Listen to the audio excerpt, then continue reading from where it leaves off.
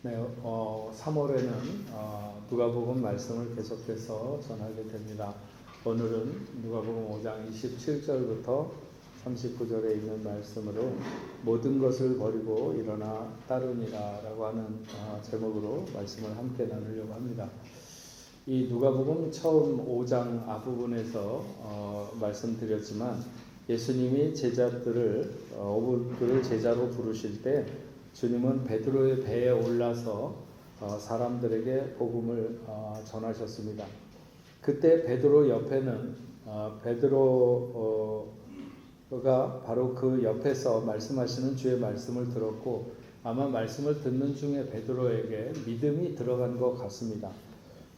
그래서 주님이 깊은 데로 가서 그물을 내려 고기를 잡으라 하실 때 두말하지 않고 주님의 말씀에 의지해서 자기가 그물을 내리겠다고 하고 가서 그물을 내렸을 때 정말 그 고기가 잘 안 잡히는 시간에 그리고 고기가 안 잡힐 만한 환경에 2배 가득 차서 배가 잠기게 될 정도의 놀라운 이적의 역사를 통해서 베드로가 그걸 보고 주여 나를 떠나소서 나는 죄인이로소이다 하며 그는 주님의 부르심을 받고 모든 것을 버려두고 예수를 쫓게 되는 그런 그 예수 제자의 삶을 그때로부터 시작합니다.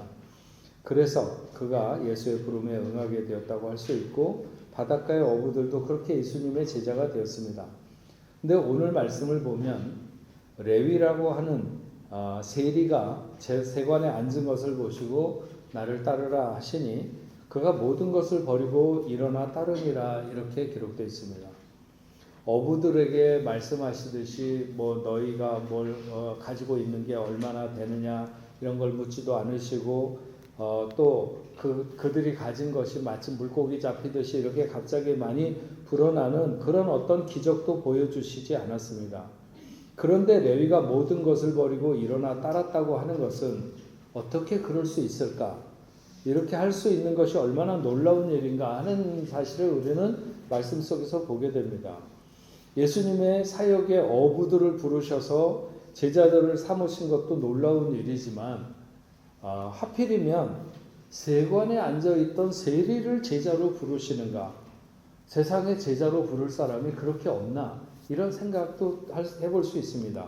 세리를 종교적으로 부정하다 규정하기는 어려울지 몰라도 종교적으로 가장 깊숙한 부정한 자와 같이 취급되는 왜 그 세리를 제자로 부르셨는가 이런 생각을 우리가 해보게 되는 거죠.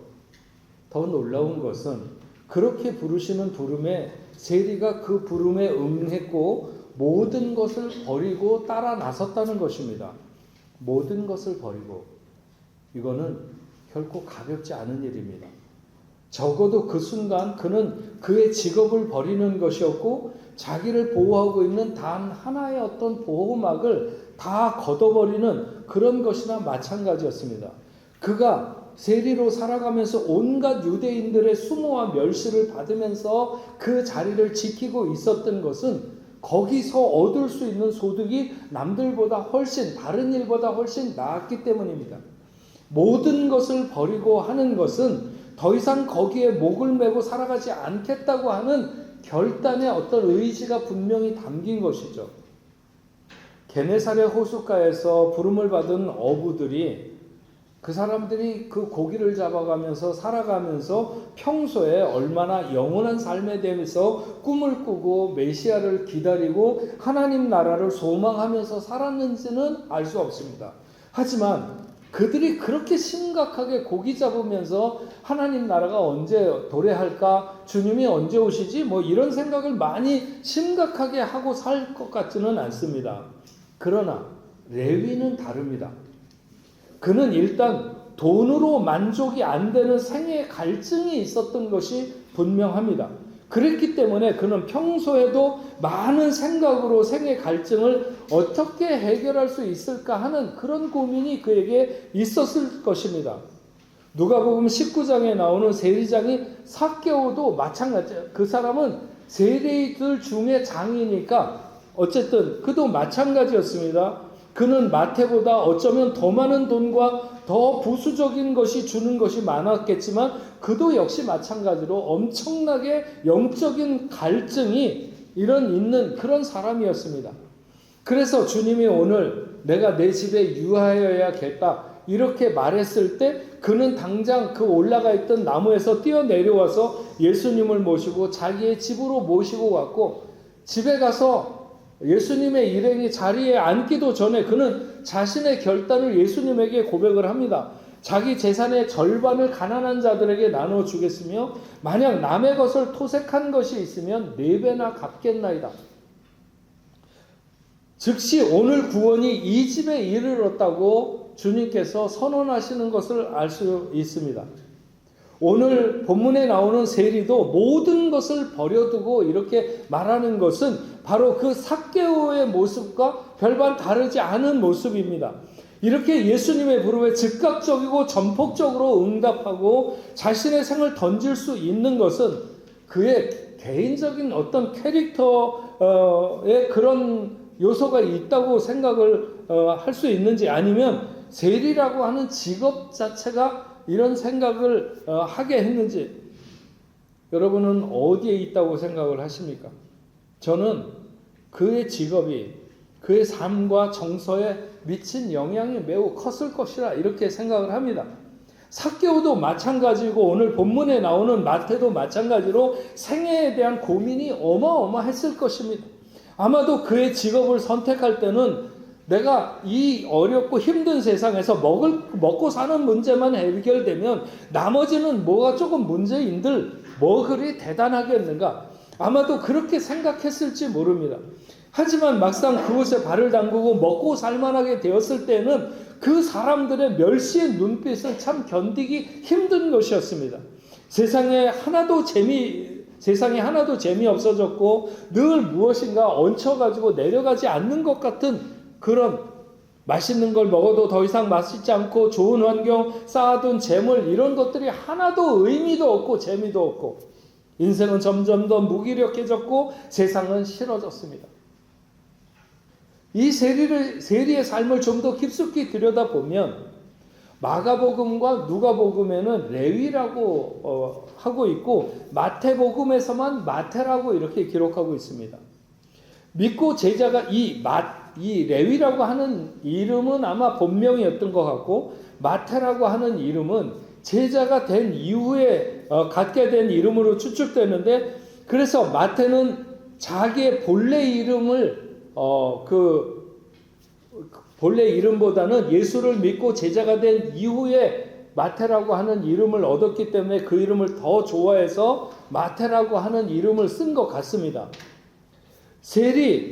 세리는 로마 정부로부터 유대인들에게 각종 세금을 거두기 위해서 감찰관을 이렇게 파송하는데, 그 감찰관, 지방에 파견된 감찰관들은 또 그것을 돈을 받고 위탁 형식으로 조세 징수권을 유대의 고위 그런 어떤 인사들에게 넘겨줍니다. 돈을 받고 너네들이 이렇게 세금을 걷어서 나한테 가져오라고 이렇게 넘겨주는데, 그러면 유대의 고위 인사들은 그 일을 좀 더 효율적으로 수행하기 위해서 다시 조세 징수원을 고용하게 되는데, 이 사람들을 가리켜서 세리라 이렇게 얘기를 하는 것입니다. 뭐 세금장이 뭐 그런 것이겠지만 어쨌든 세리라고 그렇게 합니다.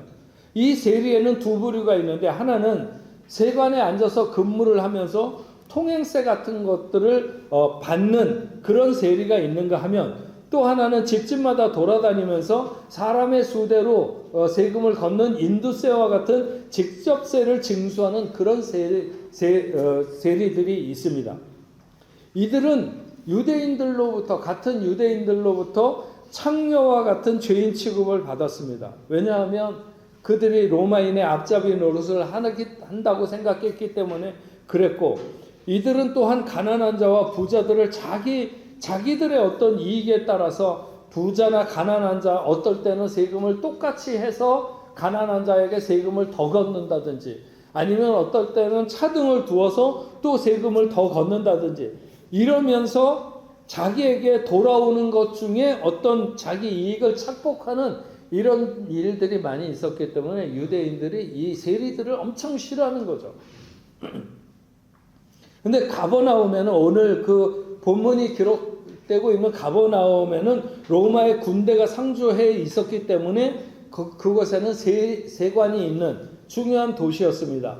북쪽으로는 수리아 지방으로, 남쪽으로는 유대와 애굽 지방으로 갈 수 있는 길목에 이 가버나움이 있었기 때문에 거기서 통행세를 징수하는 로마의 세관이 설치되어 있었습니다. 세리가 유대인의 멸시를 받는 사람들이었지만 그렇다고 해서 아무나 세리가 될 수 있는 것은 아니었습니다. 세리가 되려고 하면 오늘날에는 회계학, 통계학, 헬라어 뭐 이런 것들이 필수적으로 이수된 사람이 그때에도 이 세리가 될 수 있었습니다.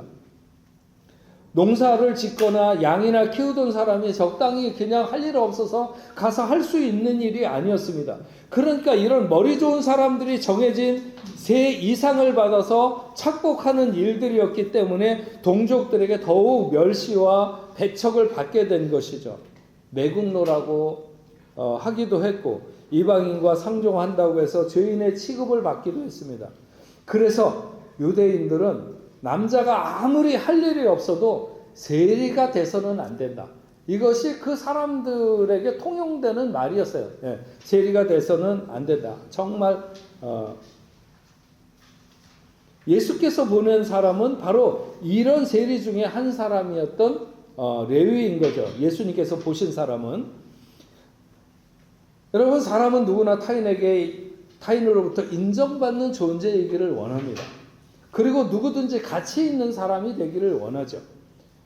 이것이 욕망이라 할지라도 이것이 채워질 때 사람은 존재의 의미를 느끼게 되고 거기에서 기쁨이 있기 마련입니다. 그러나 반대로 아무도 자기를 인정해주지 않고 사랑해주지 않는다면 그 사람은 굉장히 뭘 하고 있어도 비참한 감정에 빠져들게 되는 거죠.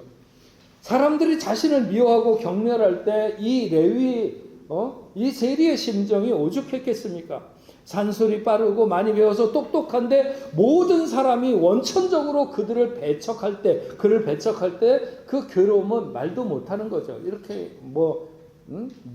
눈빛이 싸늘하다거나 경멸을 한다거나 뭐 이런 것들. 근데 그는 왜 세리가 되었을까요?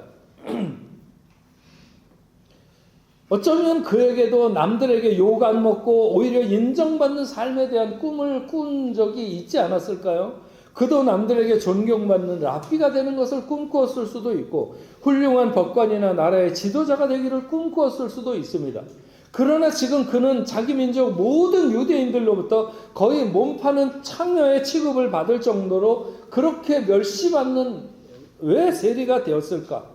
유대인인데 유대인이 아닌 사람처럼 살아야 하는 그는 그의 주변에 있는 그들의 친구였든지 이웃이든지 별로 말을 섞거나 가까이 하려고조차도 하지 않았을 것입니다. 왜냐하면 자기마저도 그런 세리의 부정적인 의미가 덧입혀지기나 하는 듯이 사람들은 기피했을 것이고 그래도 할 수 없이 세금을 낼 때 정도 상종하는 것 외에는 매우 고독하고 외로운 존재일 수밖에 없었다고 하는 것이죠.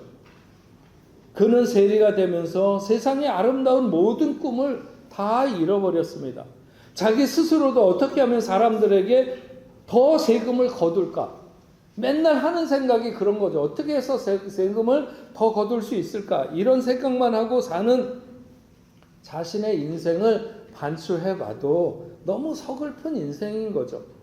그리고 자신의 직업은 사람들이 마치 나병 환자 기피하듯이 그렇게 멀리하게 될 때 종교적인 깊은 절망감마저 들었을 것이고 사람들과 어울려서 뭔가 이렇게 정말 대의를 논하거나 진리를 논하고 아니면 어떤 이상을 말하는 이런 것은 생각도 해볼 수 없는 그래서 이게 사는 것인가? 어쩌다 내 인생이 이렇게 되었을까? 사람들의 곱지 않은 시선을 대할 때마다 그는 살고 싶지 않은 삶의 근본적인 회의가 찾아들었을 것입니다. 그런데 어느 날 예수님이 일터에 앉은 그런 자기를 찾아오신 것입니다. 레위가 그에 대한 소문, 예수님에 대한 소문을 안 들었을 리가 없습니다. 하지만 일반인들도 자기를 상대해 주지 않는 그런 자기가 수많은 사람들의 입에 오르내리는 그 선지자, 어떤 사람은 정말 놀라운 이 시대 선생이라고 말하는 사람도 있고, 어떤 사람은 병을 고친다, 뭐 귀신을 떠나가게 하는 하나님의 사자라고 말하는 사람이 있는가 하면, 어떤 사람들은 정말 하나님의 아들이라고 이야기하는 사람도 있는 바로 그런 분. 그런 분이 자기같이 사람들도 부정하다고 가까이 하지 않으려고 하는 그런 자기에게 먼저 그가 다가설 수 없었기 때문에 아마 그런 분을 만나는 것에 대해서는 이 세리가 엄두도 못 내고 있었을 것입니다. 그러던 어느 날 그 주님이 수많은 사람들을 거느리고 많은 사람들이 따르는데 자기 앞에 나타나셔서 자기를 부르시면서 나를 따르라 하는 것이었습니다. 아마도 제가 생각할 땐 이 사람이 자기가 아닌지 몰라서 뒤를 돌아다 봤을 거예요. 그렇지만 주님은 분명히 자기에게 말씀하고 계셨어요. 그는 번개같이 일어났고 주님의 말씀대로 따라 나서게 됩니다. 그에게 처리하지 못한 일들이나 그렇게 주님을 따르기 시작하면 그에게 미칠 어떤 손해 뭐 이런 것은 아무것도 생각하지 않고 정말 모든 것을 버리고 일어나 따르게 됩니다.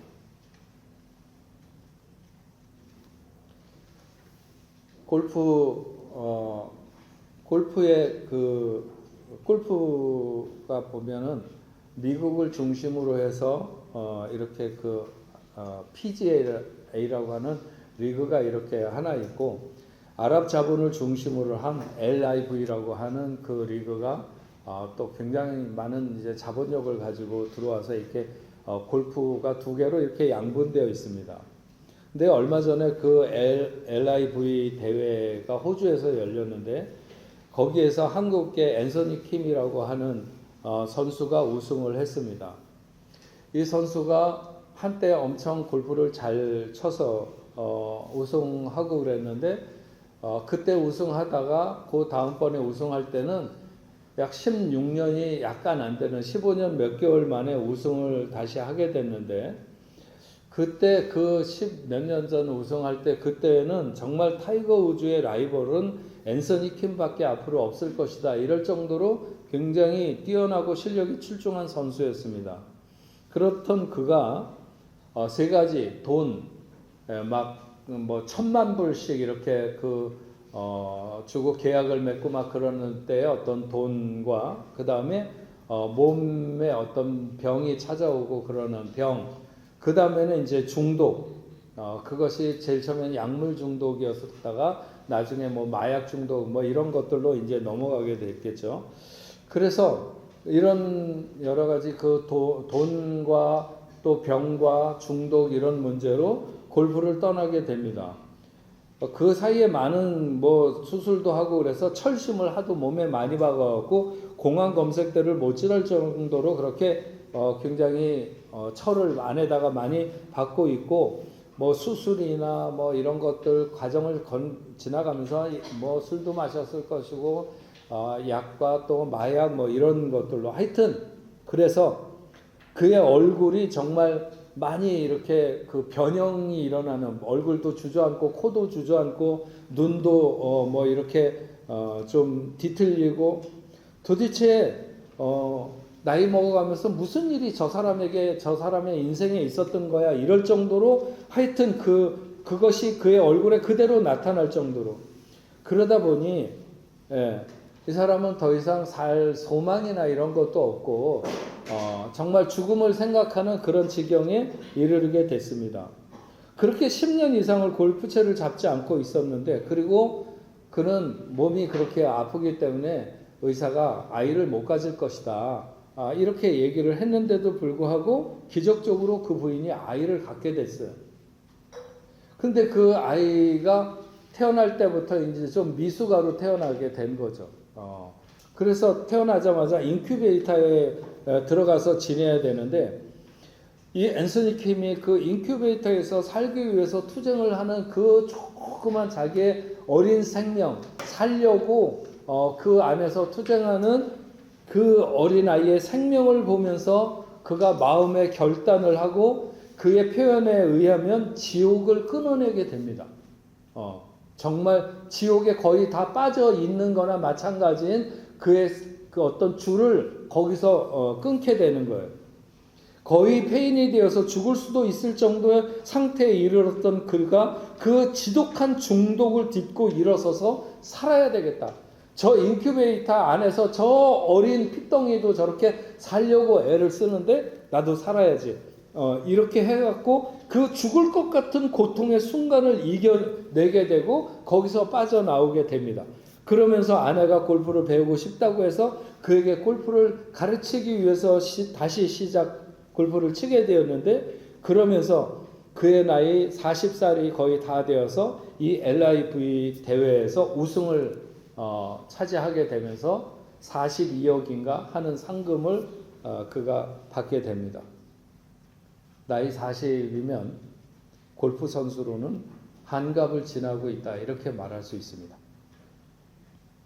마지막 날 그 4라운드를 하는데 마지막 날 그 시작을 할 때 5타인가를 그 존남인가 하는 그 아주 유명한 선수에게 뒤지고 있는 상태에서 출발을 했는데 결국은 경기를 뒤집어서 2타인지 3타인지 하여튼 뭐 그 정도의 차이로 이겼는데, 정말 저는 그 인간 승리에 대해서 너무 눈물이 나고 내가 뭐 그 사람 만나본 적도 없지만 정말 감동의 박수를 보내고 싶은, 박수를 쳐주고 싶은.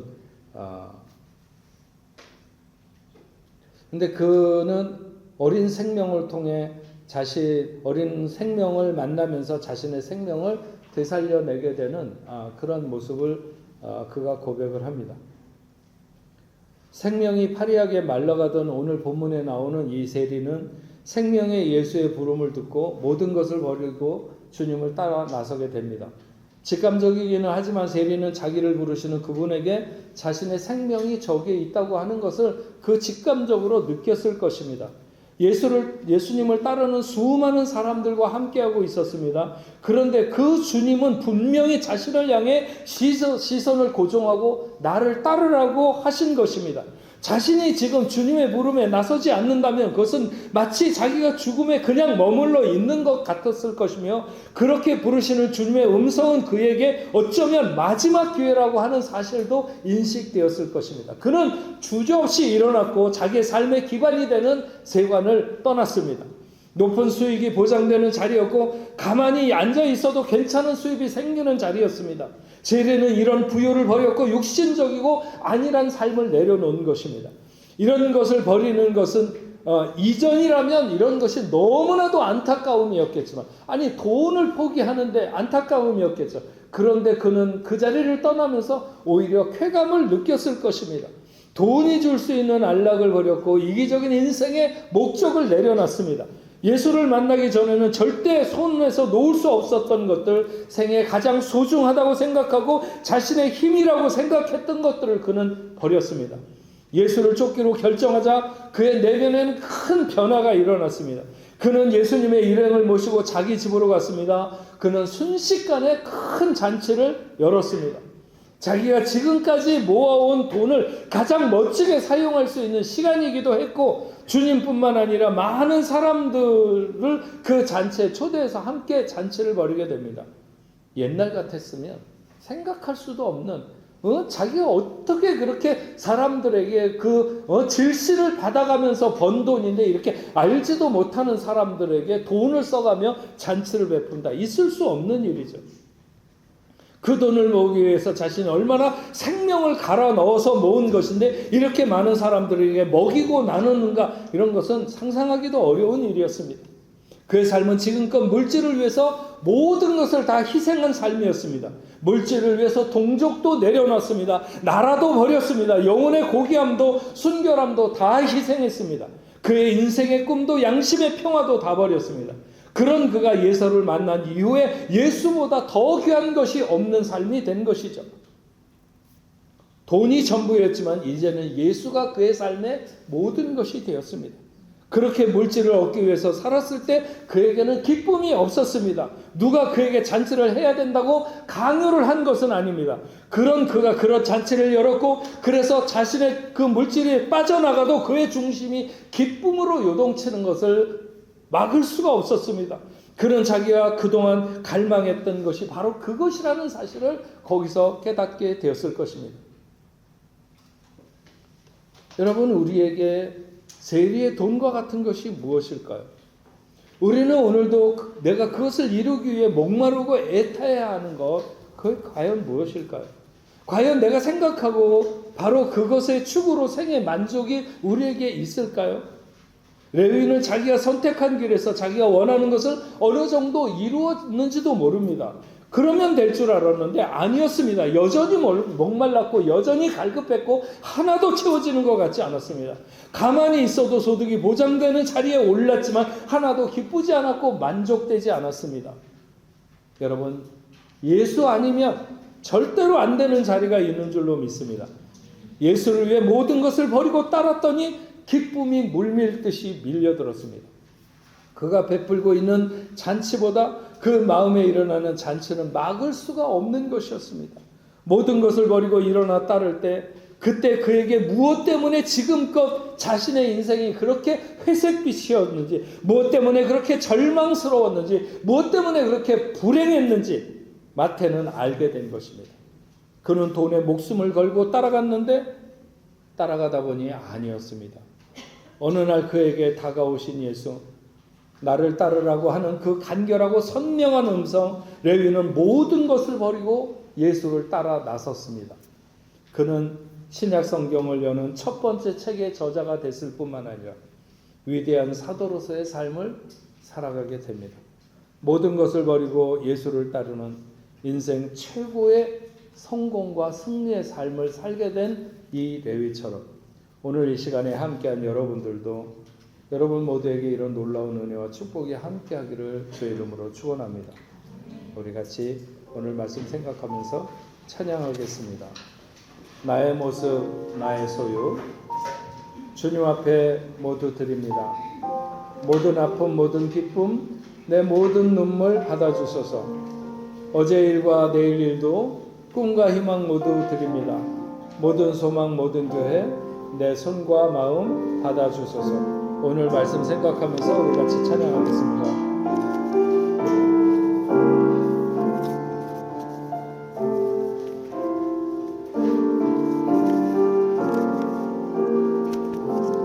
나의 모습, 나의 소유. 나의 모습, 나의 소유. 주님 앞에 모든 힘이라 모든 아픔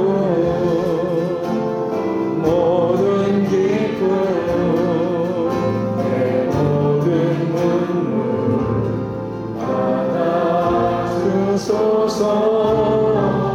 어제 일과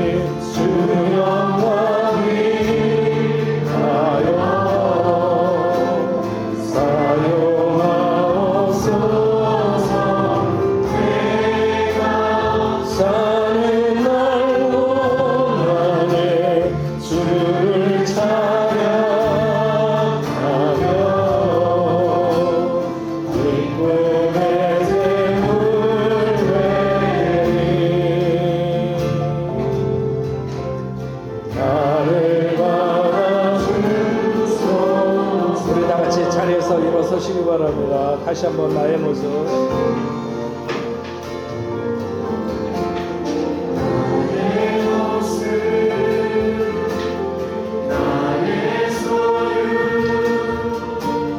주님 앞에 모두 드립니다. 모든